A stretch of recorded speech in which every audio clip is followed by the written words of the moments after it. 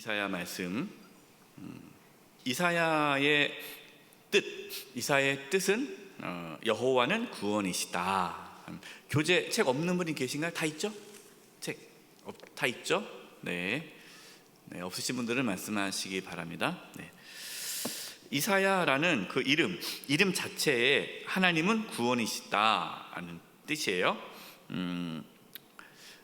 이사야 선지자는 이제 남유다에 있는 선지자로서 우시야, 요담, 아하스, 히스기야 왕 시대에 활약했던 선지자입니다. 상당히 오랫동안 사역을 했죠. 그리고 이제 다섯 번째 보면 므낫세 통치 기간에 순교를 당했다라고 합니다. 성경에는 나오진 않아요. 성경에는 이 므낫세 왕이 통치할 때에 이 이사야가 톱에 켜서 순교를 당했다라는 것은 성경에 나와 있진 않고 전생에 따르면 이사야가 므낫세 왕이 이사야를 죽였다라는 역사적 전승이 있어서 우리는 그렇게 알고 있습니다. 이사야서는 총 66장이죠. 여러분 66장 그러니까 뭐가 딱 떠오릅니까? 66? 네, 성경이 66권이죠. 그래서 이 말씀 66장 이사야서가 성경의 축소판이라고 말을 합니다. 여러분 성경을 보면은 구약이 있고 신약이 있죠. 구약이 몇 권입니까? 39권, 신약이 27권, 39, 27 그렇게 외우잖아요 우리가요. 그래서 구약이 39권이 있고 신약이 27권이 있습니다. 근데 참 재밌게도 이사야도 1장부터 39장으로 그 다음에 40장에서 66장까지 딱 39장이고 또 27장이에요. 이렇게 구분되어 있어요. 내용이 구분되어 있습니다. 그래서 1장에서 39장까지는 하나님의 심판, 하나님의 예언, 하나님께서 예언에 대한 말씀 어떤 그런 부분이고 40장부터는 하나님의 이제 위로에 대한 말씀입니다. 그래서 이제 많은 성경학자들이 이사야 1장은 39장이 구약에 대한 말씀이고 이사야 40장부터는 60장까지 신약에 대한 예수 그리스도가 이 땅에 오심으로 하나님의 나라가 이루어졌잖아요. 그래서 하나님의 위로 또 회복, 구원 이러한 내용이 있다. 그래서 이렇게 구분을 짓습니다. 하나님의 심판과 하나님의 위로가 이렇게 표시가 되어 있죠. 이제 들어가 보도록 하겠습니다. 87쪽. 87쪽 들어가기 전에 우리 그래도 다시 한번 4페이지를 보면요. 4페이지 보면은 남유다 쪽에 선지자 보면 이사야 선지자가 상당히 길게 있죠. 우시야, 요담, 아하스, 히스기야 까지 이렇게 네 왕 때에 이사야가 활동했고 이 이사야가 활동했을 때에 북이스라엘은 아직 멸망하지 않을 때죠. 그래서 이사야는 이스라엘의 멸망을 또 보게 된 선지자입니다. 그래서 이사야 선지자는 이렇게 네 왕 시대에 활동했던 선지자다. 그러니까 이 시기에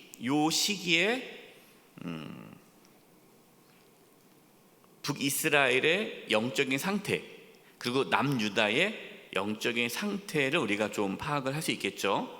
북이스라엘은 완전히 이제는 하나님을 이제는 떠나고 악을 행해서 북이스라엘 쪽으로 선지자가 보내지 않았지만 하나님께서는 또 이사야를 통해서 계속해서 말씀하시고 있고요. 그리고 이제 남유다에서는 특히 아하스 왕, 우리가 지난주에 말씀을 나눴지만 아하스 왕이 악을 많이 행하지 않았습니까? 그래서 이 아하스 왕 에게 이사야 선지자가 말씀을 많이 전하죠. 오늘도 이제 그 내용이 나옵니다.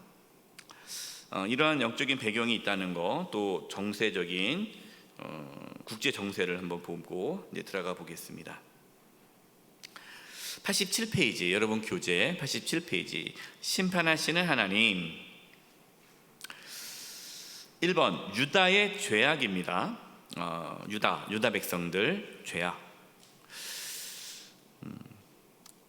1번 알지도 깨닫지도 못한 이스라엘. 여기서 이스라엘은 누굴까요?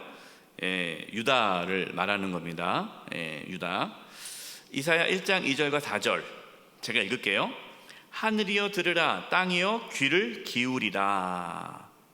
자, 하늘이여 들으라, 땅이여 귀를 기울이라, 이런 표현을 썼는데 이것은 무엇이냐면요, 구약에는요 어떤 재판을 할 때에 증인이 둘이 있어야 됩니다. 증인이 둘이 있어야 그 재판이 온전한 재판이 되고 그 판결이 온전해지는 거예요. 그러니까 지금 하늘이여 들으라, 땅이여 귀를 기울이라, 이사야 선지자는 하늘과 땅을 증인으로 세운다는 거예요. 그래서 하늘이여 들으라, 땅이여 기울이라, 여호와께서 말씀하시기를, 하나님께서 하늘과 땅을 증인으로 세워서, 이거는 의인화시킨 거죠. 뭐 하늘과 땅은 사람은 아니지만 또한 이게 증인으로 세운다는 어떠한 그런 겁니다. 그러니까 그 말은 뭐냐면 하나님께서 이 부분에 대해서 확실하게 말씀하신다 라는 겁니다. 강조 표현이에요. 강조 표현. 지금 하나님께서 아주 강조하면서 하신 말씀이 뭡니까? 여호와께서 말씀하시기를, 내가 자식을 양육하였거늘 그들이 나를 거역하였도다. 이 자식이 누굽니까? 이스라엘 백성이죠. 유다 백성이죠. 저와 여러분이죠. 저와 여러분. 하나님이 양육하셨어요. 그런데 자식이 나를 거역하였도다. 3절, 소는 그 임자를 알고 동그라미 치세요. 알고. 나귀는 그 주위의 구유를 알것만은 동그라미. 이스라엘은 알지 못하고 동그라미. 나의 백성은 깨닫지 못하는도다 동그라미. 이게 알다, 깨닫지 못하다, 알지 못하다, 이런 지금 계속 이 말을 쓰는데, 소는 주인을 알아본다는 거예요. 나귀도 그 주인의 구유도 알아본다는 거예요. 짐승도 자기 주인을 알아보는데, 이스라엘은 하나님을 알지 못한다, 깨닫지 못한다라는 겁니다. 4절 보십시오. 슬프다 범죄한 나라여, 허물진 백성이여, 행악의 종자여, 행위가 부패한 자식이로다. 그들이 여호와를 버리며 이스라엘의 거룩하신 이를 만홀히 여겨 멀리하고 물러갔도다. 멀리했다. 하나님을 멀리하고 물러갔다. 지금 이스라엘, 유다는 하나님을 알지 못한다. 여러분, 우리가 알다라는 이 단어가 중요하다고 했죠. 여러분, 알다, 아는 것, 이 안다는 게 뭡니까? 이 안다라는 것은 하나님을 알다, 하나님과의 친밀함, 하나님과의 친밀함을 갖는다는 거예요. 여러분, 알다라는 이 단어는 서로 친밀한 관계 속에서 경험되어지는 알미예요. 그래서 하나님께서 원하시는 것은 하나님과의 친밀함입니다. 친밀함. 그런데 이스라엘 백성들은 어떻게 합니까? 멀리했다. 멀어지면은 친밀해지지가 않죠. 친밀해지려면 가까워야 되지 않습니까? 만나야죠. 만나고 자꾸만 이야기를 나누고 그래야 친밀해져야 알 수 있는 거죠. 멀어지면은 점점 알지 못합니다. 근데 이스라엘 백성들, 유다 백성들이 하나님을 잘 모른다. 왜요? 하나님으로부터 멀어졌기 때문에, 하나님 앞에서 물러갔기 때문에. 여러분, 우리가 신앙생활을 해도, 교회를 다니고 예배를 드리고 기도를 하고 신앙생활을 해도 하나님과 멀어질 수 있어요. 그러면 안 되겠죠. 하나님과 가까워지셔야 됩니다. 그래서 두 번째 보십시오. 헛되이 드리는 예배. 이사야 1장 11절. 우리 이사야 1장 11절 같이 한번 읽어보겠습니다. 시작. 여호와께서 말씀하시되 너희의 무수한 재물이 내게 무엇이 유익하뇨? 나는 순양의 번제와 살찐 짐승의 기름에 배불렀고 나는 수송아지나 어린 양이나 순 염소의 피를 기뻐하지 아니하노라. 자, 12절 제가 읽을게요. 너희가 내 앞에 보이러 오니 이것을 누가 너희에게 요구하였느냐? 내 마당만 밟을 뿐이니라. 하나님께서 너희가 드리는 무수한 재물이 나에게 유익이 없다. 순양 살찐 짐승의 기름에 배불렀고 내가 그 너희들이 갖다 바치는 그 재물의 피를 기뻐하지 않는다. 그러니까 우리가 착각하는 게 있어요. 착각하는 게 뭐냐면 하나님께서는 예배를 드리는 것, 예배를 드리는 것만으로 기뻐하지 않으신다라는 거예요. 여러분 그걸 꼭 우리가 기억해야 됩니다. 이렇게 얘기하시는 분도 있어요. 하나님은 우리 예배를 받게 기뻐하신다. 물론 맞아요. 근데 반은 맞고 반은 틀려요. 왜? 하나님께서 예배를 기뻐하지 않을 때도 있거든요. 예. 그러니까 우리가 이거를 이 예배에 대한 생각을 바꾸지 않으면 이 예배 드리는 것 자체, 예배 행위 자체가 하나님을 기쁘시게 한다라는 오해를 가질 수 있어요. 여러분 그렇지 않습니다. 예배 드리는 그 행위 자체가 하나님을 기쁘게 하지 않아요. 그걸 분명하게 알아야 됩니다. 예배만 드리면 하나님 기뻐하시겠지. 그래서 그냥 예배를 엄청 좋아하시는 건 좋죠. 귀하죠. 예. 근데 예배 행위 자체가 하나님을 기쁘신 게 아니다. 만약에 이것이 하나님이 예배 자체를 기뻐하신다면 하나님은 무수히 드리는 제물과 순양의 그 기름과 피를 기뻐하시겠죠. 근데 내가 기뻐하지 않는다. 왜 기뻐하지 않습니까? 중요한 게 나오죠. 12절에 너희가 내 앞에 보이러 오니 하나님 앞에 보이러 온다는 거예요. 그러니까 예배 드리는 행위가 중요한 것이 아니라 어떠한 마음으로 어떠한 자세로 예배를 드리느냐가 중요한 거예요. 근데 여기서 보니까 보이러, 하나님 앞에 보이러 예배 드리는 거예요. 하나님 저 왔어요. 저 왔으니까 이제 축복해 주셔야 됩니다. 저 예배 드렸습니다. 이제는 아무 일 없게 해주셔야 돼요. 그러니까 예배를 드린다는 게 뭡니까? 그냥 내가 하나님 앞에 보이러 약속을 했으니까, 그러니까 보이기 위해서 예배 드릴 수 있어요. 하나님의 보이기만 합니다. 그런데 뭐라고 말합니까? 마당만 밟았다. 마당. 여러분 마당이 뭡니까? 마당은 누구나 올 수 있는 곳이에요. 하나님의 성전에 보면 이방인의 뜰이죠. 이방인의 뜰, 마당이 있어요. 마당은 아무나 올 수 있어요. 그러나 마당 안에서는 하나님의 임재가 없죠. 예. 성소로 들어가야 성소로 들어가야 하나님의 임재를 경험할 수 있는 거예요. 지성소로 들어가야 하나님의 임재가 있을 수 있죠. 물론 일반인들은 지성소로 못 들어가죠. 그러나 여기서 마당만 밟을 뿐이다라는 것은 하나님께서 예배를 드리는데, 예배는 드리는데 그 예배 가운데 뭐가 없어요? 하나님의 임재가 없는 거예요. 하나님과의 친밀함이 없는 거예요. 하나님과의 만남이 없는 거예요. 예배 드리면 되는 거예요. 그래서 그냥 주일날 와서 내가 졸고 가든 그냥 딴짓하든 그냥 내가 그냥 1시간 예배 드렸다, 그 자체가 뭐예요? 된 거예요. 그래서 나 오늘 예배 드렸어. 끝난 거예요. 그게 내가 잠을 자든 딴 생각하든 하든 그건 관계 없는 거예요. 여러분 그것은 잘못된 신앙 태도예요. 여러분 예배를 드리는 것이 중요한 것이 아니라 그 예배 가운데 하나님을 만나는 게 중요하고 하나님의 임재를 경험해야 되고 하나님과의 친밀함이 회복될 수 있도록 하나님께 집중을 해야 되는 거죠. 그래서 그 예배가 중요한 것이지 예배 자체가 중요한 것이 아니다. 근데 이스라엘 백성들은, 유다 백성들은 어떻게 예배 드립니까? 예배 행위로만 뭐 절기가 맞춰서 예배 드리고 뭐 예배는 엄청 잘 드려요.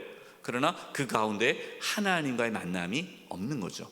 하나님 만남이 없으니까 하나님을 몰라요. 하나님과 친밀하지 않으니까 하나님을 모르니까 그냥 자기 마음대로 살아가는 거예요. 그 다음에 보십시오. 세 번째, 거룩한 삶이 없는 신앙입니다. 자, 이거를 정리할게요. 보십시오. 먼저 하나님을 알게 됩니다. 그러면 어떻게 됩니까? 하나님께 예배하게 되죠.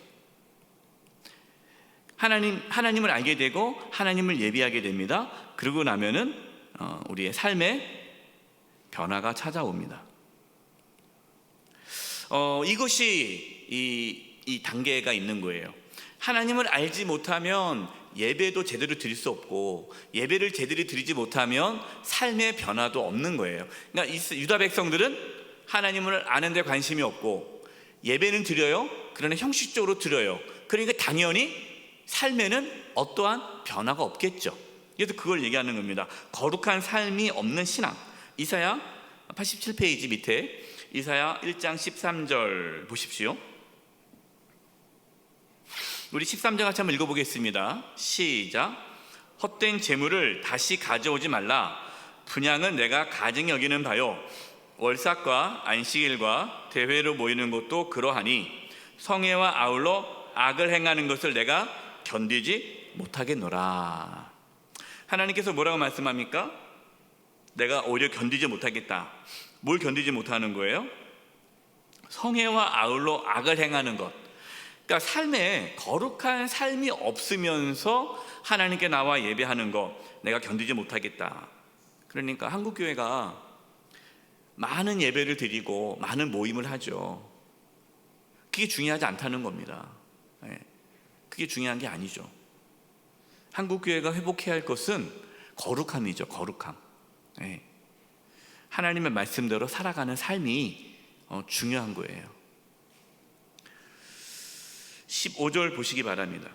너희가 손을 펼 때에 내가 내 눈을 너희에게서 가리고 너희가 많이 기도할지라도 내가 듣지 아니하리니 이는 너희 손에 피가 가득함이라. 그러니까 기도 많이 하는 것도 하나님께서 기뻐하지 않는다. 그러니까 우리는 그동안 우리가 신앙을 어떻게 해왔습니까? 신앙을 하나님 관계없이 내가 예배 많이 드리면, 내가 예배 열심히 드리면, 내가 기도 많이 하면, 내가 교회 생활 열심히 하면 하나님께서 기뻐하시겠지라고 생각했는데 아닐 수 있다. 그렇지 않을 수 있다라는 거예요. 왜? 기도를 많이 해도 하나님께서 듣지 않으신다. 왜? 피가 손에 가득하니까. 죄를 지으면 죄가 있는데 하나님께서 그 기도를 들으시겠느냐. 그럼 우리는 어떻게 해야 됩니까? 16절 읽겠습니다. 시작. 너희는 스스로 씻으며 스스로 깨끗하게 하여 내 목전에서 너의 악한 행실을 버리며 행악을 그치고. 여러분, 스스로 씻으며 스스로 깨끗하게 하며 이것이 이제 회개죠. 회개하면서 악한 행실을 버려야 돼요. 악한 행실. 악을 그쳐야 돼요. 이게 회개입니다. 여러분, 악한 것을 멈추셔야 돼요. 거짓말하면 안 되고, 속여서도 안 되고, 이렇게 나쁜 마음을 품어서도 안 되고, 세상의 어떠한 욕망대로 살아가서도 안 되고, 이렇게 악한 행실을 버리고 악을 그쳐야 돼요. 이거는 소극적인 거죠. 악을 행하지 않는 거고, 17절은 뭡니까? 선을 행하는 거예요. 악을 행하지 않고 선을 행하는. 어떤 사람은 악을 안 해요. 나는 목사님 저 나쁜 짓 안 해요. 근데 선한 것도 안 해요. 그러면 안 됩니다. 나쁜 짓을 하지 말아야 되고 선한 일을 해야 되는 거예요. 선한 일이 뭡니까? 17절. 선행을 배우며 정의를 구하며 학대받는 자를 도와주며 고아를 위하여 신원하며 과부를 위하여 변호하라 하셨느니라. 하나님 말씀대로 악을 멀리하고 선을 행할 때에 하나님께서 그 자가 드리는 예배를 뭐 하신다? 기뻐하시고 받으신다라는 거죠.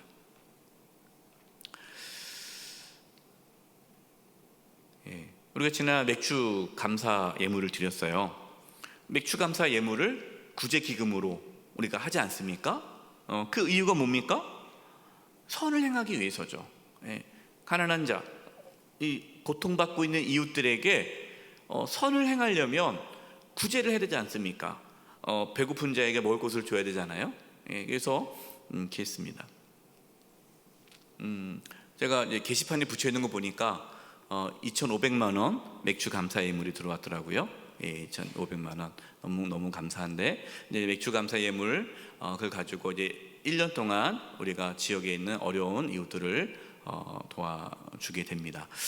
참 감사하게도 많은 성도님들이 맥주 감사 예물을 드릴 뿐만 아니라 또 계속해서 구제 기금을 많이 하세요. 구제 예물을 그래서 어려운 이웃들을 위해 써주세요라는 구제 예물을 많이 해주셔서 저희 교회가 그 구제 기금으로 이웃을 섬기는 가운데 있습니다. 네 번째, 회개와 회복입니다. 이사야 1장 18절 20절 여호와께서 말씀하시되 오라 우리가 서로 변론하자. 너희의 죄가 주홍 같을지라도 눈과 같이 휘어질 것이요 진홍같이 붉을지라도 양털같이 희게 되리라. 너희가 즐겨 순종하면 땅의 아름다운 소산을 먹을 것이요 너희가 거절하여 배반하면 칼에 삼켜지리라. 여호와의 입이 말씀이니라. 순종하면 아름다운 소산을 먹고 불순종하면 칼에 삼켜진다. 하나님의 심판을 받는다.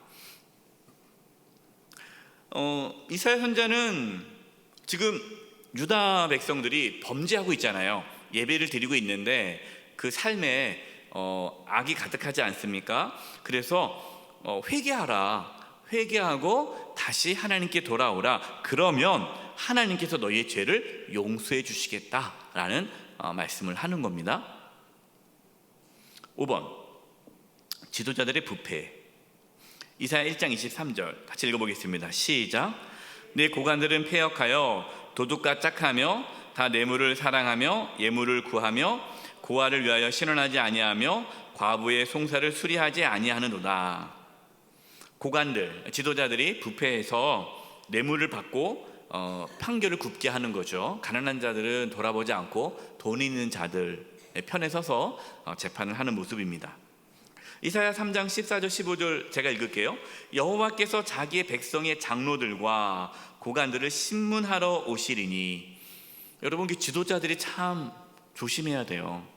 지도자들은요 하나님의 심판을 받습니다. 목회자들, 교회 장로님들, 한종 직분자들, 교회 직분자들은 조심해야 돼요. 왜? 그 자리에 있다는 거, 리더라는 자리가 상당히 두려운 자리예요. 왜냐하면 잘해야 칭찬을 받지 못하면 책임을 묻는 자리입니다.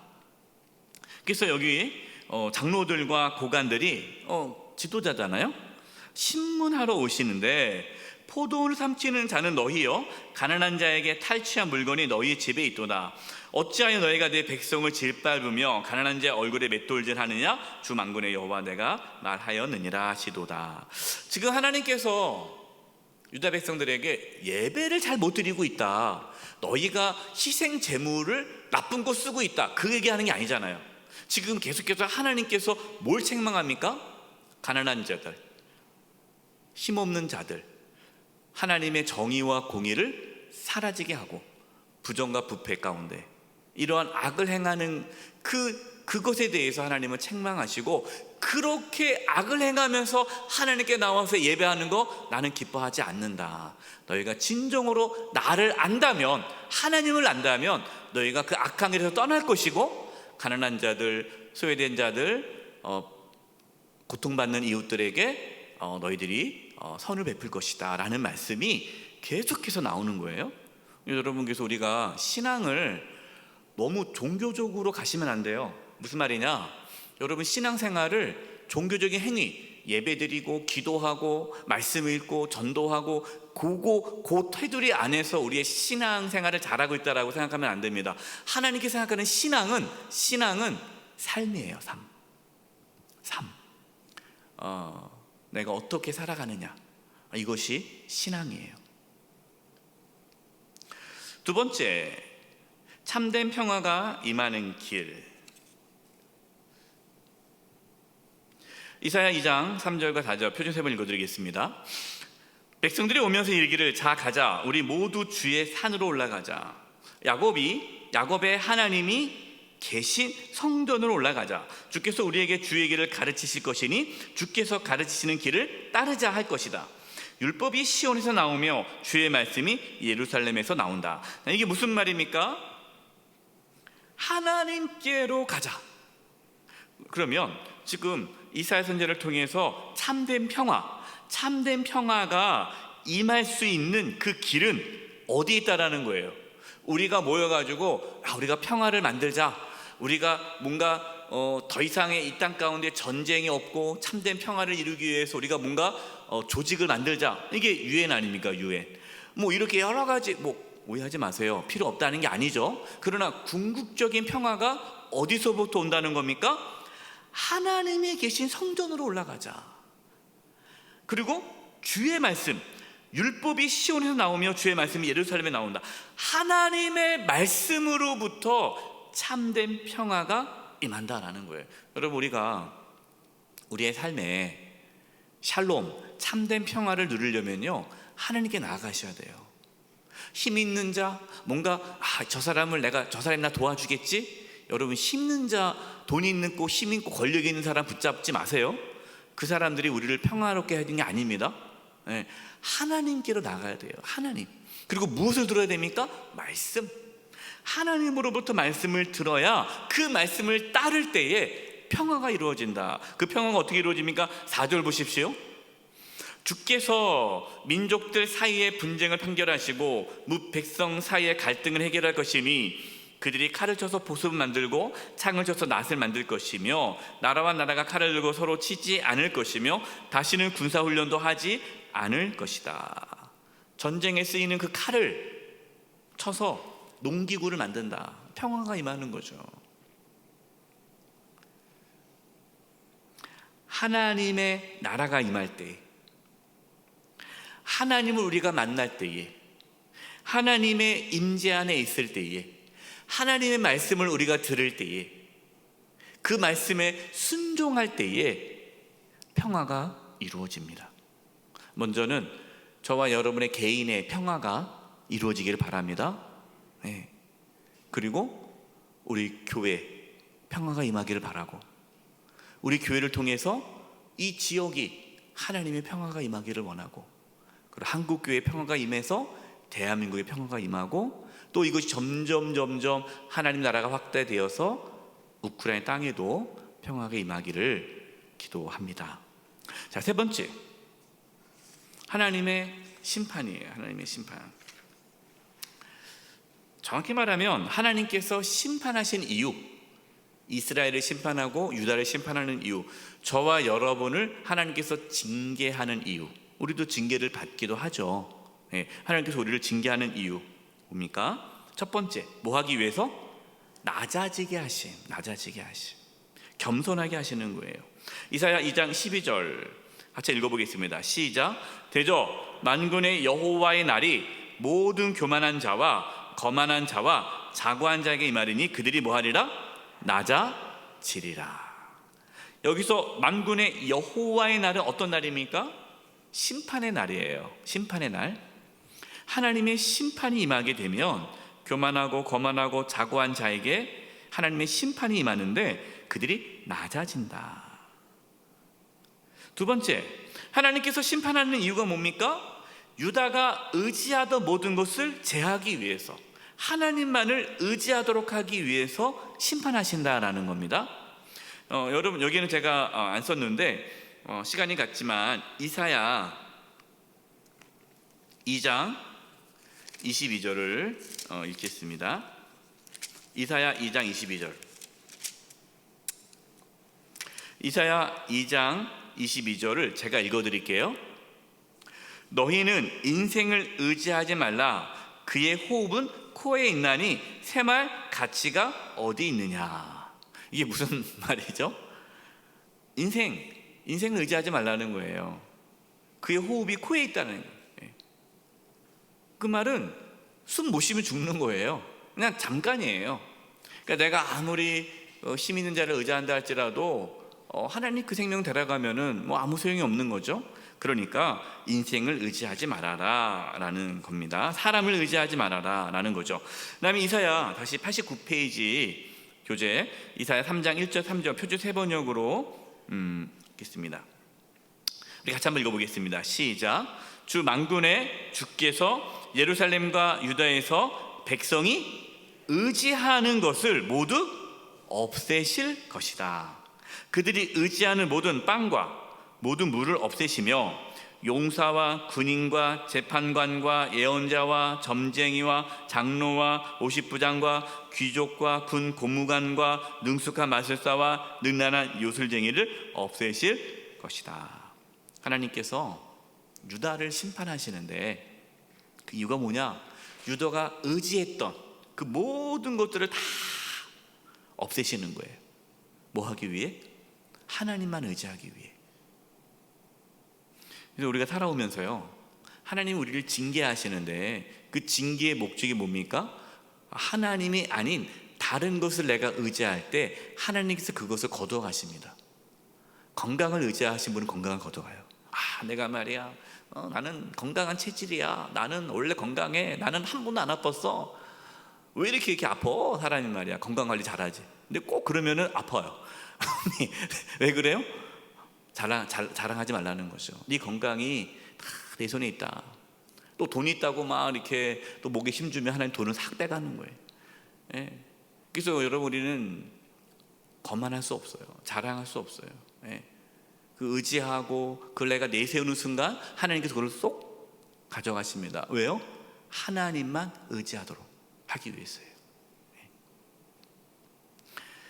세 번째, 깨끗하게 하심. 하나님께서 깨끗하도록 하기 위해서 심판하신다.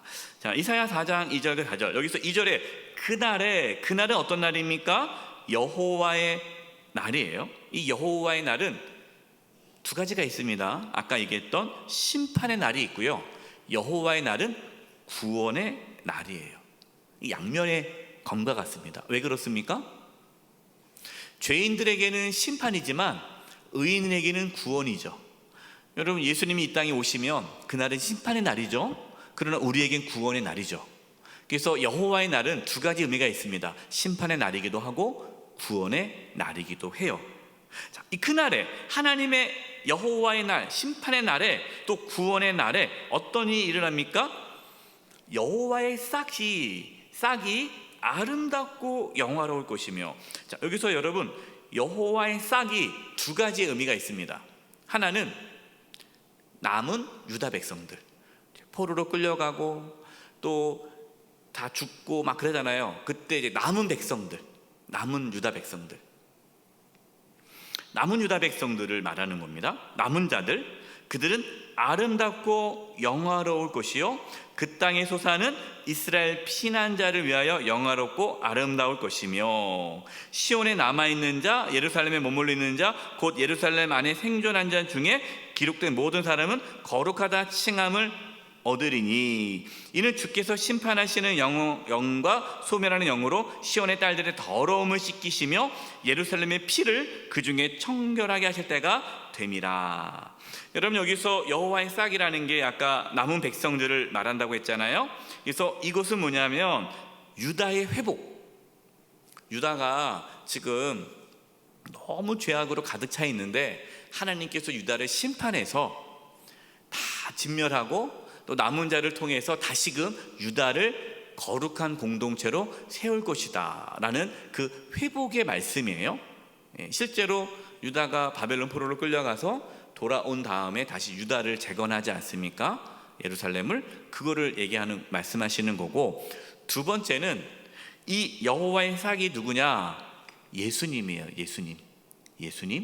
그래서 예수님이 오심으로 죄사함, 모든 사람이 죄사함을 받고 깨끗게 될 것이다. 예수 그리스도의 구속의 은혜에 대한 예언의 말씀이에요. 이사야 말씀은 예수님에 대한 예언이 많이 들어 있습니다. 그래서 이 두 가지로 우리가 해석을 해야 돼요. 하나는 역사적인 해석, 이 이사야를 통해서 주시는 말씀은 역사적으로 유다 백성에게 회복에 대한 말씀이기도 하고, 두 번째는 메시아 그리스도, 예수님이 이 땅에 오심으로 회복, 구원이 이루어진다는 예언의 말씀으로 이해를 하셔야 돼요. 그러면 우리는 어떻게 됐습니까? 그날에 예수님이 이 땅에 오심으로 우리가 예수 그리스도를 통해서 깨끗게 됐죠. 거룩하다 칭함을 얻게 되지 않았습니까? 그러니까 이미 우리에게는 예수 그리스도로 우리는 청결함을 받게 된 거룩한 자가 된 거예요. 이 예언이 성취된 거죠. 그리고 또 이 예언은 또 언제 이루어집니까? 궁극적으로는 예수님이 이 땅에 재림하실 때에, 그때 이제 완전한 하나님의 나라가 임함으로 성취되겠죠. 네 번째, 열매를 요구하시는 하나님. 열매를 맺지 못합니다. 유다가. 이사야 5장 2절, 땅을 파서 누가요? 하나님께 땅을 파서 돌을 제하고 극상품 포도나무를 심어두다. 그 중에 망대를 세웠고 또 그 안에 술틀을 팠도다. 좋은 포도를 맺기를 바랐더니 들포도를 맺었도다. 이게 무슨 뜻입니까? 이사야 5장 7절을 한번 보겠습니다. 이사야 5장 7절을 제가 읽어 드릴게요. 무릇 만군의 여호와의 포도원은 이스라엘 족속이요, 그가 기뻐하시는 나무는 유다 사람이라. 그들에게 정의를 바라셨더니 도리어 포악이요, 그들에게 공의를 바라셨더니 도리어 부르짖음이 있었도다. 하나님께서 이스라엘 백성들을 선택하셔서 하나님의 거룩한 백성으로 삼아주셨어요. 이게 극상품, 좋은 열매를 맺도록 그렇게 했는데 결과는 들포도, 먹을 수 없는 포도를 맺게 된 거예요. 왜? 그들이 악을 행하니까. 요한복음 15장 5절과 6절입니다. 90페이지 교재. 나는 포도나무에 너희는 가지라. 그가 내 안에 내가 그 안에 거하면 사람이 열매를 많이 맺나니 나를 떠나서 너희가 아무것도 할 수 없습니다. 사람이 내 안에 거하지 아니하면 가지처럼 밖에 버려져 마르나니 사람들이 그것을 모아다가 불에 던져 사르느니라. 여러분, 저와 여러분에게도 뭐가 있어야 돼요? 열매가 있어야 됩니다. 열매를 맺어야 돼요. 열매를 못 맺으면 우리도 어떻게 되는 거예요? 밖에 버려져 불에 사라져 버리는 거예요.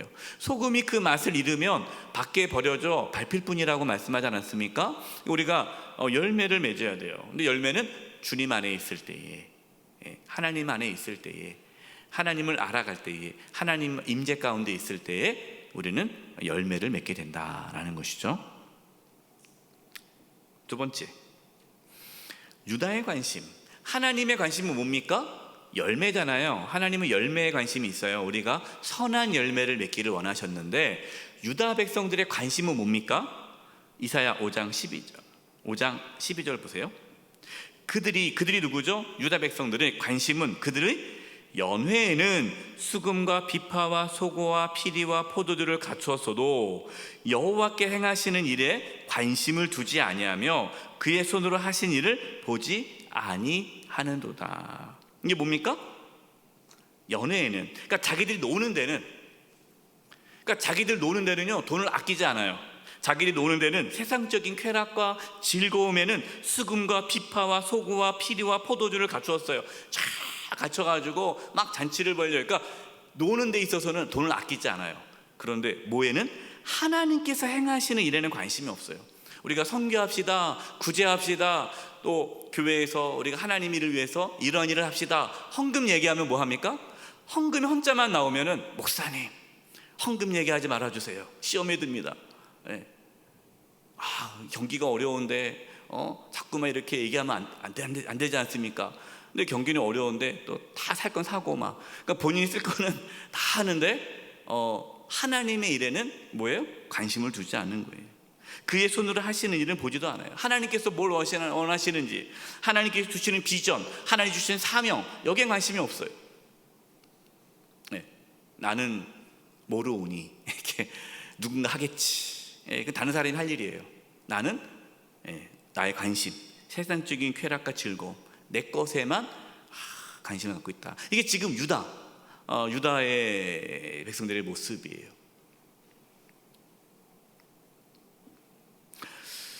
여러분의 관심은 어디에 있습니까? 저와 여러분의 관심은 하나님께 있기를 바랍니다. 여러분, 하나님께 두셔야죠. 우리가 또 어차피 천국 가는 거 아닙니까? 천국 가는데 이 땅에서 하나님의 나라를 세우고, 어떻게 하면 하나님의 나라를 세울 수 있을까? 어떻게 하면 주의 몸된 교회를 바르게 할 수 있을까? 이게 신경 써야죠. 이사야 5장 23절 보십시오. 그들은 뇌물로 말미암아 악인을 의롭다 하고 의인에게 그 공의를 빼앗는도다. 그러니까 유다 백성들의 관심은 뭡니까? 돈이에요. 돈, 뇌물. 그러니까 돈만 있으면, 돈 버는 것만, 돈만 번다면은 정의와 공의와 이런 건 다 없애는 거예요. 이사야 5장 25절 읽어보겠습니다. 이사야 5장 25절. 이렇게 유다의 열매를 맺으랬더니 열매를 안 맺고, 하나님의 일에는 관심이 없고 그냥 연회에만 관심이 있고, 그냥 먹고 노세, 즐기세, 여기에만 이제 관심, 세상적인 쾌락, 이런 것만 관심이 있어요. 그 돈, 뇌물, 돈 버는 것에만 관심이 있어요. 이러면 어떻게 합니까? 이사야 5장 25절. 그러므로 여호와께서 자기 백성에게 노를 바라시고 그들 위에 손을 들어 그들을 치신지라. 산들은 진동하며 그들의 시체는 거리 가운데 분토같이 되었도다. 그럴지라도 그의 노가 돌아서지 아니하였고 그의 손이 여전히 펼쳐져 있느니라. 하나님께서 끊임없이 말씀하죠. 선지자를 통해서 그러지 말아라 했지만 유다 백성들은 여전히 그 악에서 떠나지 않습니다. 결국 하나님께서 심판하시죠. 자, 이러한 가운데에 이렇게 암울하고 어렵고 힘든 이 시기에 하나님께서는 누구를 부르십니까? 이사야를 부르십니다. 이제 다섯 번째, 하나님의 부르심, 소명이에요. 여러분, 하나님 이사야를 부르셨는데 저와 여러분도 부르십니다. 하나님은 저와 여러분도 부르세요. 목사님, 이 부르심은 목사님만 받는 거 아닌가요? 저같이 평신도가 뭘 부르심을 받습니까? 저는 그냥 교회만 열심히 나올게요. 그렇게 생각하시면 안 돼요. 하나님께서는요, 우리 모두를 다 부르셨습니다. 우리 모두에게 사명을 주십니다. 이게 뭡니까? 첫 번째, 하나님의 영광과 거룩함이에요. 이사야 6장 1절. 우시야 왕이 죽던 해에, 자, 왕이 죽었습니다. 그러면 사회가 어떻게 돼요? 혼란스럽겠죠. 이 우시야가 죽은 해에 세상이 혼란스러울 때에 내가 본즉 주께서 높이 들린 보좌에 앉으셨는데 그의 옷자락, 여러분, 이 옷자락이라는 것은 왕의 위엄, 이걸 뜻하는 거예요. 성전에 가득하였고, 성전이라는 것은 하나님의 임재가 있는 곳이죠. 그래서 하나님의 위엄이, 하나님의 그 영광이, 하나님의 임재가 성전에 가득하였고, 3절. 서로 불러 이르되, 누가요? 이 천사들이 거룩하다 거룩하다 거룩하다 만군의 여호와 그의 영광이 온 땅에 충만하더라 하더라. 이같이 화답하는 자의 소리로 말미암아 문지방의 터가 요동하며 성전의 연기가 충만한지라. 지금 이사야가 환상 가운데에 하나님을 만나는 경험이에요. 하나님 만납니다. 자, 하나님을 만났을 때에 이사야가 느끼는 경험이 뭡니까? 하나님의 위대함, 하나님의 거룩함을 느끼게 돼요. 여러분, 우리가 하나님의 임재를 경험하잖아요. 우리가 하나님의 임재를 경험할 때 우리가 느끼는 감정이 뭐냐? 두려움입니다. 두려움. 하나님을 경외하게 돼 있어요. 하나님이 너무 크시고 위대하시고 거룩하기 때문에 그 위대함과 거룩함 앞에 내가 굴복되죠. 그 두려움이 생기는 거, 하나님. 이거 하나님은 참 두려운 거예요. 그러니까 지금 이 이사야는 하나님에 대한 두려움을 갖게 됩니다. 그 반응이 뭡니까? 두 번째, 회개와 죄사함. 이사야 6장 5절. 그때에 내가 말하되 화로다 나여 망하게 되었도다. 나는 입술이 부정한 사람이요 나는 입술이 부정한 백성 중에 거주하면서 만군의 여호와이신 왕을 배웠음이라 하였더라.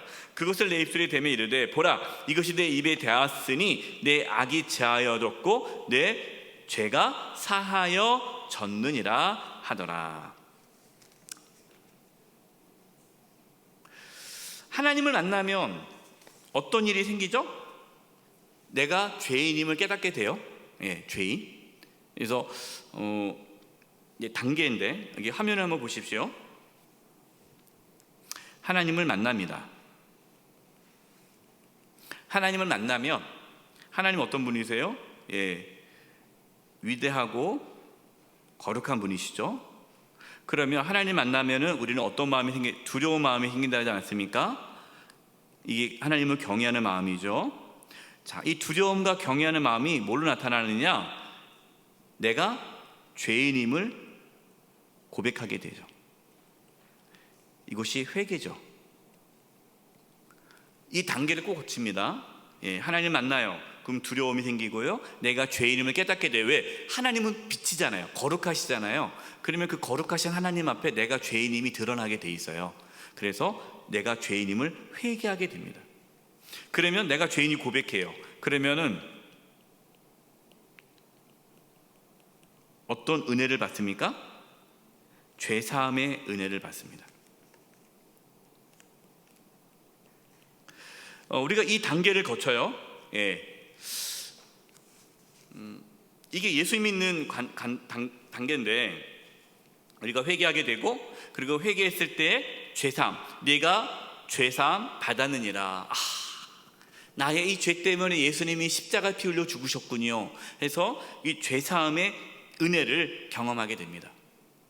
여러분 이 죄사함의 은혜를 기쁨을 이 은혜를 경험하려면 앞에 뭐가 있어야 돼요? 하나님을 만나야 되고 하나님을 경외하고 죄인임을 고백하는 회개가 있어야 되는 거예요. 근데 이것이 없어요. 교회 처음 나왔어요. 이 사람이 왔는데 형제님, 자매님은 죄인이에요. 내가요? 잘 모르겠는데 그냥 죄인이라고 하세요. 네 알겠습니다. 하나님께서 당신의 죄를 용서해 주기 위해서 예수님이 십자가 피 흘려 죽으셨어요. 그래요?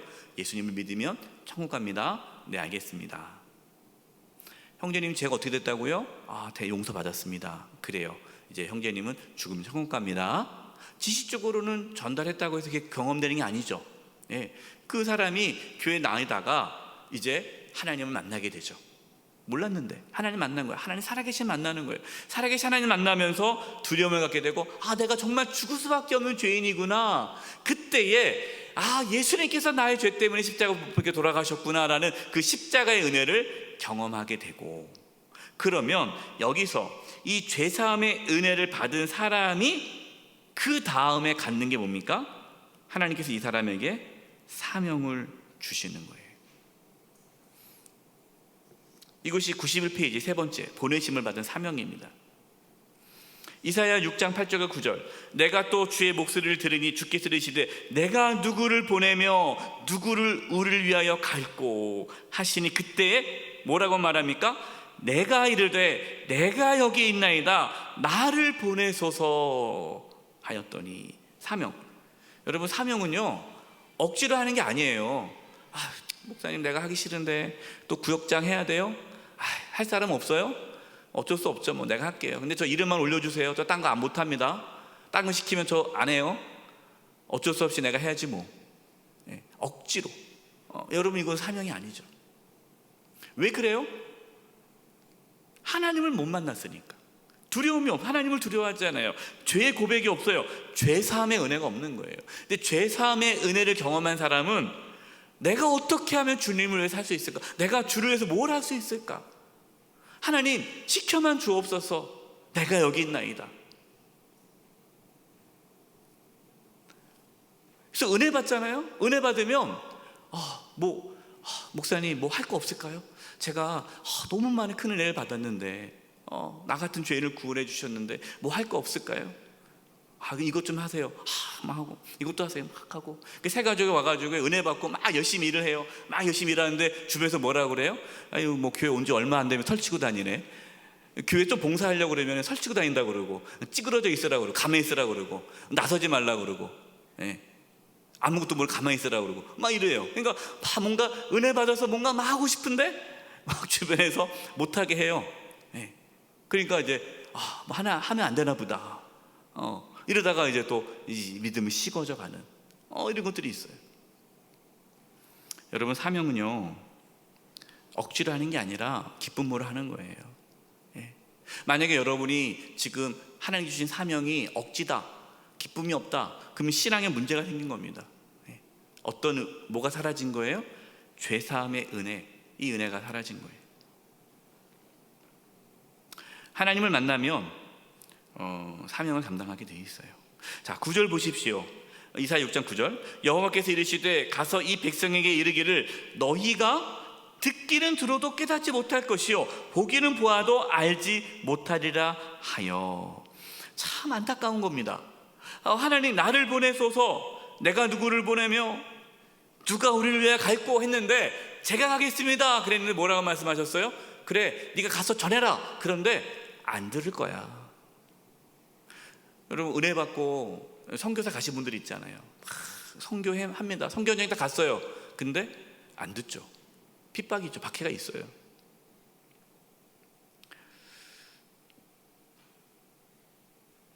환영받지 못하죠. 여러분, 그래도 우리는 사명으로 사는 겁니다. 무명의 그리스도인들이 참 많습니다. 무명의 그리스도인, 사명을 위해서 평생 살았지만 어떠한 열매도 잘 맺히지 못하고 하나님 품에 안긴 사역자들이 적지 않아요. 여러분, 우리나라의 선교사님들 왔을 때 초창기 선교사님들 오셔서요 6개월, 1년 다 돌아가셨어요. 병으로. 그분들이 전도 한 명 못했습니다.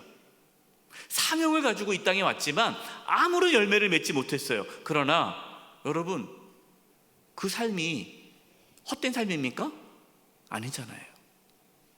그 피가 뿌려져서 한국교회가 이렇게 성장한 거죠.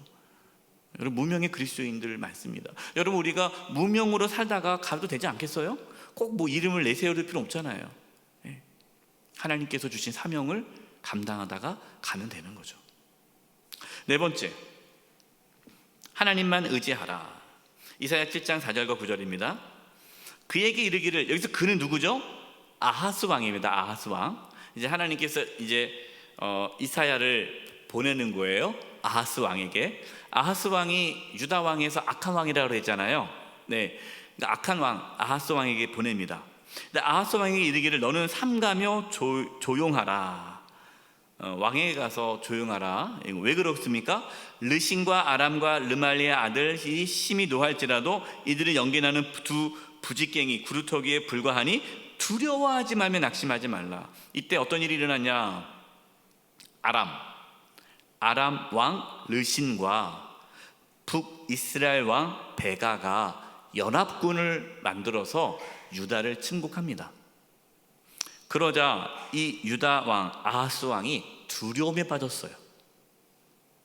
하나님께서는 이사야를 통해서 두려워하지 말아라, 낙심하지 말아라, 아람과 북이스라엘 그 연합군을 두려워하지 말아라, 그 뜻이에요. 자, 9절. 에브라임 머리는 사마리아요 사마리아 머리는 르말리아의 아들이니 만일 너희가 뭐하지 아니하면, 굳게 믿지 아니하면 너희는 굳게 서지 못하리라. 하나님을 믿지 못하면 너희들은 서지 못할 것이고 하나님을 굳게 믿으면 굳게 서리라. 여러분, 믿음대로 되는 거예요. 여러분, 믿으시기 바랍니다. 하나님 약속을 믿으세요. 하나님 말씀 믿고 나가시기 바랍니다. 그럼 우리의 삶이 든든하게 세워져요. 그럴까? 뭐 현실은 안 그러겠지. 그러면 우리의 삶은 무너질 수밖에 없어요. 이사야 8장 13절입니다. 만군의 여호와 그를 너희가 거룩하다 하고 그를 너희가 두려워하며 무서워할 자로 삼으라. 여러분, 사람을 두려워하지 마세요. 그 어떤 것도 두려워하지 마세요. 하나님만 두려워하시기 바랍니다. 그러면 우리의 삶에는 형통한 은혜가 있어요. 마지막 여섯 번째는 메시아에 대한 예언. 이사야에 나와 있는 메시아에 대한 예언이 있습니다. 첫 번째가 임마누엘이죠. 이사야 7장 14절. 그러므로 주께서 친히 징조를 너에게 주실 것이요 보라 처녀가 잉태하여 아들을 낳을 것이요 그의 이름을 임마누엘이라 하리라. 이 약속이 예수님이 오심으로 성취되었죠. 임마누엘이 뭡니까? 하나님이 우리와 함께 계신다. 이게 신앙입니다. 하나님과 함께 가는 것이. 자, 두 번째, 하나님의 평강이에요. 이사야 9장 6절. 이는 한 아기가 우리에게 낳고, 이 한 아기가 누굽니까? 예수님이죠. 예수님이 우리에게 낳는데 한 아들을 우리에게 주신 바 되었는데 그의 어깨에는 정사를 메었고, 정사라는 것은 통치권, 주권, 권력을 뜻하죠. 그의 이름은 기묘자라. 기묘자라는 뜻은 경이롭다. 모사라. 모사라는 것은 조언가, 책략가, 카운셀러죠. 예, 전능하신 하나님이라, 영존하신 아버지라, 평강의 왕이라 할 것입니다. 그 정사와 평강의 더함이 무궁하며 또 다윗의 왕자와 그의 나라에 군림하여 그 나라를 굳세게 세우고 지금 이후로 영원히 정의와 공의로 그것을 보존하실 것이라. 만군의 무엇이 여호와의 열심히 이를 이루시리라. 하나님의 구원, 그러니까 예수 그리스도를 통해서 하나님의 나라를 이루어가는 이 모든 것을 다 누가 하신다고요? 하나님의 열심히 이걸 이룬다. 그래서 구원은요, 하나님의 계획 가운데 이루어진 거예요. 저와 여러분이 구원받은 거요, 하나님의 열심으로 이루어진 겁니다. 네. 마지막 세 번째, 하나님의 나라가 임함. 이사야 11장 읽겠습니다. 이새의 줄기에서 한 싹이 나며, 이 싹이 누굴까요? 예수 그리스도.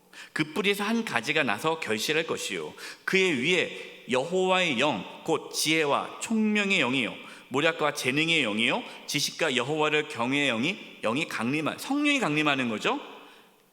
그때가 뭡니까? 예수님이 이 땅에 오심으로 하나님의 나라가 이루어지는 그때에 이리가 어린 양과 함께 살며 포뱀이 어린 염소와 함께 누우며 송아지 어린 사자와 살찐 짐승이 함께 있어 어린아이에게 끌리고 내 거룩한 산 모든 곳에 해됨도 없고 상함도 없을 것이니 이는 물이 바다를 덮음같이 여호와를 아는 지식이 세상에 충만할 것임이니라. 여호와를 아는 지식, 하나님을 아는 지식, 하나님과 함께하는 것이 세상에 충만할 것이다. 그러니까 예수 그리스도를 통해서 하나님의 나라가 온전히 회복됨을 뜻합니다. 여러분, 우리는 잠시 예수님을 믿을 때에 또 믿음으로 예수님을 통해서 샬롬, 평강, 안식, 하나님의 나라를 경험하죠. 하나님의 나라를. 그러면 살다가 우리는 영원한 하나님 나라, 천국에 들어가는 거예요. 우리는 지금 그 과정에 있는 거죠. 그래서 우리는 새하늘과 새 땅, 천국을 소망하면서 우리 이 땅에서 하나님과 동행하면서 천국의 삶을 사는 거예요. 여러분, 이게 신앙생활입니다. 이렇게 해서 우리가 구약 세 번째 말씀을 마치게 되었습니다. 우리 합심해서 기도할 것은, 여러분, 우리가 구약 세 번째 말씀을 잠언부터 시작해서 이제 이사야까지 쭉 보았습니다. 여러분, 우리가 하나님 말씀을 배웠는데 이것으로 끝나면 안 되죠. 성경에 있는 내용이 이거다, 이게 중요한 게 아니라 우리가 그동안 말씀을 통해서 하나님께서 역사하셨던 그 하나님이 지금도 살아계시고 지금도 우리와 함께 하시지 않습니까? 하나님께서 뭘 원하시는지 우리는 계속해서 말씀을 통해서 듣고 있어요. 그래서 우리는 오늘 이 시간 기도할 것은, 하나님, 우리가 정말로 하나님께서 원하시는 그러한 삶을 살게 해주시고 우리가 악한 길에서 돌이키게 해주시고 정말 하나님을 두려워하고 경외하는 가운데 하나님과 함께 살아가는 삶을 살게 해 주시옵소서. 하나님과 함께 이 땅에 살다가 또 하나님 나라 들어갈 수 있도록 우리의 믿음을 하나님께서 지켜 주시옵소서. 우리 합심해서 통성으로 기도하겠습니다. 하나님 아버지, 감사합니다. 아버지, 저도 연약합니다. 부족합니다. 아버지 하나님, 그동안 구약 세 번째 말씀을 통해서 우리에게 말씀해 주심을 감사합니다. 하나님을 저희가 더 알기를 원합니다. 하나님을 더 알기를 원합니다. 하나님을 더 알기를 원합니다. 하나님을 더 알기를 원합니다. 하나님을 더 알기를 원합니다. 주여 도와주시옵소서. 하나님의 역사여 주시옵소서. 하나님을 경외하기를 원하고 하나님께 순종하기를 원하고 하나님과 동행하기를 원하며 하나님과 함께 살아감으로 아버지 이 땅에서 참된 샬롬과 평강과 안식을 누리게 도와주시고, 또 주님 앞에 섰을 때 또 안식에 들어갈 수 있게 해주시고, 하늘나라 천국에 갈 때까지 주님과 동행하는 천국의 삶을 누리게 하여 주시옵소서. 하나님 아버지, 저희 가운데 온전한 믿음을 허락해 주시고 하나님을 온전히 섬길 수 있게 해주시고, 잘못된 신앙의 길에서 바른 신앙의 길로 걸어갈 수 있도록 도와주시옵소서. 우리 사랑하는 성도님들, 하나님께서 한 사람 한 사람 붙잡아 주시고 또 이렇게 하나님께 수요 사역에 마치게 하심을 감사합니다. 또 이제 하반기에도 또 수요 사역 가운데 역사해 주시고 또 하나님의 역사가 또 계속해서 일어날 수 있도록 도와주시옵소서. 하나님 아버지, 구약 세 번째 말씀을 또 은혜 가운데 마치게 하심을 감사합니다. 하나님께서 또 주셨던 그 말씀들 저희들이 되새기면서 하나님을 온전히 섬길 수 있게 해주시고, 또 7, 8월 또 우리 부목사님을 통해서 또 하나님 말씀 배울 때도 우리가 하나님을 더 깊이 알아가는 은혜가 있게 하여 주시옵소서. 또 이제 9월부터 시작되는 구약 네 번째 말씀 가운데도 하나님 함께 해주셔서 우리 모두가 하나님 말씀으로 우리의 신앙이 바르게 세워지게 도와주시고, 하나님을 온전히 섬김으로 하나님을 기쁘시게 하는 그러한 신앙생활을 할 수 있도록 도와주시옵소서. 무더운 날씨가 계속되고 있습니다. 이 더운 여름 날씨에 우리 성도님들 또 몸 약해지지 않게 해주시고, 특별히 연로하신 성도님들 몸 상하지 않도록 하나님 지켜주시고 보호하여 주시고, 더운 날씨에 우리 믿음이 또 약해지지 않도록 하나님이여 붙잡아 주시옵소서. 감사드리옵고 예수님의 이름으로 기도드리오며, 지금은 우리 주 예수 그리스도의 은혜와 하나님 아버지의 그 크신 사랑하심과 성령님의 교통하심과 충만하심이 사랑하는 성도님들 한 영혼 한 영혼 위에와 영수의 교회와 이 나라 민족 위에 이제부터 영원토록 함께하옵시기를 간절히 축원하옵나이다. 아멘.